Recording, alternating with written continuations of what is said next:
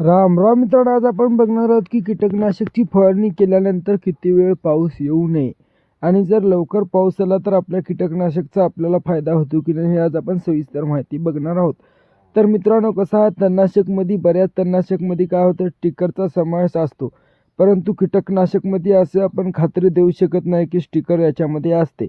तर मित्रांनो, आपल्याला काय करायचं आहे, स्टिकरचा वापर करायचा आहे, जेणेकरून आपल्या सोयाबीनला त्याचा औषधीचा जास्तीत जास्त फायदासुद्धा होतो आणि जर थोडाफार लवकरच जरी पाऊस आला तरी स्टिकरमुळे आपलं नुकसान होत नाही, आपल्या फवारणीचा फायदा होतो. जर आपण फवारणी करता वेळेस ढगाळ आणि पाऊस येण्यासारखे वातावरण असेल तर आपण 100% स्टिकरचा वापर करणे चांगलेच आहे. आता तुम्ही बघू शकता किती पानं कातरलेले आहेत याला.